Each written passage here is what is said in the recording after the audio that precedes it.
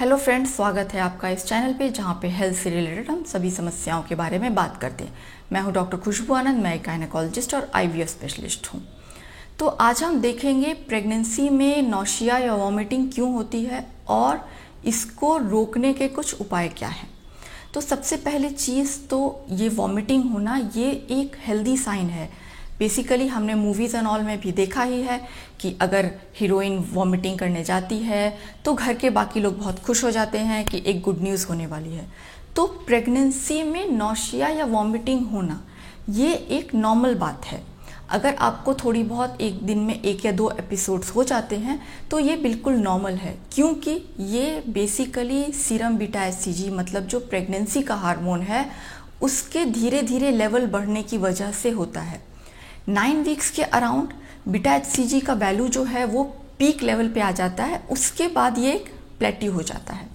तो आमतौर पे महिलाओं को 10 या 11 वीक्स के अराउंड ये प्रेगनेंसी या का जो वॉमिटिंग है ये सबसाइड कर जाता है। लेकिन कुछ कंडीशंस में ये बहुत ज़्यादा सीवियर हो जाता है, जैसे कि अगर वॉमिटिंग आपकी क्वालिटी ऑफ लाइफ को हैम्पर कर रहा है, आपका उसकी वजह से वेट लॉस हो रहा है। अगर स्टैंडर्ड डेफिनेशन हम देखें तो अगर 5% वेट लॉस होता है, मतलब अगर आपका वजन 50 किलो है तो 5 डिवाइडेड बाय 100 इंटू 50 मतलब 2.5 किलो के आसपास।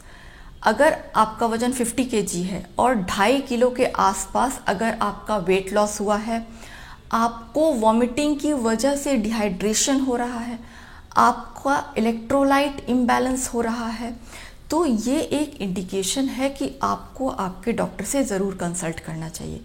क्योंकि एक्सेस वॉमिटिंग, किसी भी चीज़ की जो एक्सेस अमाउंट है वो गलत होती है। प्रेगनेंसी के इस कंडीशन को हम हाइपर एमेसिस ग्रेविडेरम कहते हैं। उसमें इतना ज़्यादा डिहाइड्रेशन हो जाता है जो कि बच्चे की ग्रोथ को भी हैम्पर कर देता है। इनफैक्ट कुछ ऐसे भी लाइफ थ्रेटनिंग कंडीशंस हैं जैसे कि मोलर प्रेगनेंसी हो गया, या फिर एक से ज़्यादा बच्चों में भी वॉमिटिंग नॉर्मल लेवल से बहुत ज़्यादा होती है। तो 1-2 एपिसोड से ज़्यादा अगर आपको हो रहा है तो आप डॉक्टर से कंसल्ट करें। तो चलिए अब बात करते हैं कि आपको अपने लाइफस्टाइल में क्या चेंजेस करना है जिसके वजह से आप वॉमिटिंग को थोड़ा कम कर सकते हो। तो सबसे पहली चीज़ तो आपको भूखे पेट नहीं रहना है और आपको स्मॉल फ्रीक्वेंट मील्स लेना है। स्मॉल फ्रीक्वेंट मील्स का मतलब छोटा छोटा खाना है। अब एक बार में ये नहीं कि आपने 4 आलू के पराठे और आधा किलो हलवा ये सब बैठ के खा लिया। आपको छोटा छोटा अमाउंट का खाना 1-1 या 2-2 घंटे पे जो भी आपको सूट करता है वो लेना है। उसके बाद आप खाने में जिंजर इंक्लूड कीजिए, अदरक को स्टैंडर्ड गाइडलाइंस भी रिकमेंड करती है, क्योंकि ये नौशिया या वॉमिटिंग को बहुत हद तक घटा देता है। उसके बाद आप थोड़ा सा चाय कॉफ़ी अगर आप बहुत ज़्यादा ले रहे हैं, पूरी तरह अवॉइड करने तो नहीं कह रही हूँ, लेकिन उसके अमाउंट को आप थोड़ा घटाइए। कोई भी ऐसा फूड जो आपको एसिडिटी देता हो उसके इंटेक को आप कम कीजिए। खाने में आपको तेल मसाला का सेवन कम करना है। वैसे तो हमारा इंडियन फूड हैबिट ही वैसा है कि तेल मसाले के बिना कोई सब्जी बन ही नहीं पाती है, बट स्टिल जितना हो सके आप खाने में खिचड़ी ले सकते हैं या फ्रूट्स ले सकते हैं। बेसिकली इस तरह के स्पाइसी जंक फूड को आप अवॉइड कीजिए, उसकी वजह से एसिडिटी नहीं होगी और इस समस्या को आप आसानी से सुलझा पाएंगे।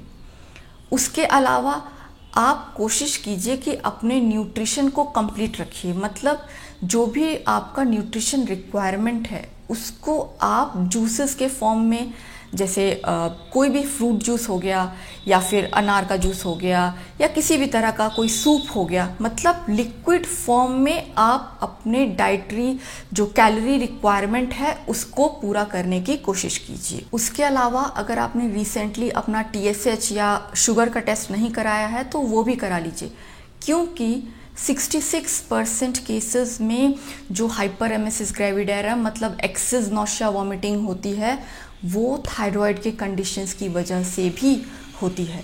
तो आप अपने डॉक्टर से कंसल्ट कीजिए, डॉक्टर आपको कुछ सप्लीमेंट्स देंगे, उससे भी आपका नौशिया वॉमिटिंग कंट्रोल हो जाएगा। तो फ्रेंड्स, इस वीडियो में हमने बात की कि किस तरह से आप अपने डाइटरी हैबिट्स को चेंज करके इस समस्या को आसानी से सुलझा सकते हैं।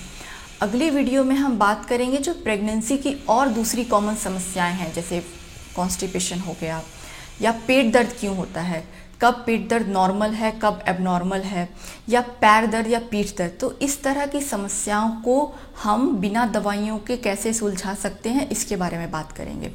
अगर आपको मेरा वीडियो अच्छा लगा हो तो प्लीज़ इसे सब्सक्राइब कीजिए, इसे दूसरे लोगों से शेयर कीजिए, क्योंकि इस समस्या से काफ़ी लोग परेशान रहते हैं। तो मैं आपसे अगले वीडियो में मिलूंगी इसी तरह की किसी और जानकारी के साथ। तब तक के लिए आप खुश रहिए और अपने स्वास्थ्य का पूरा ध्यान रखिए। Thank you.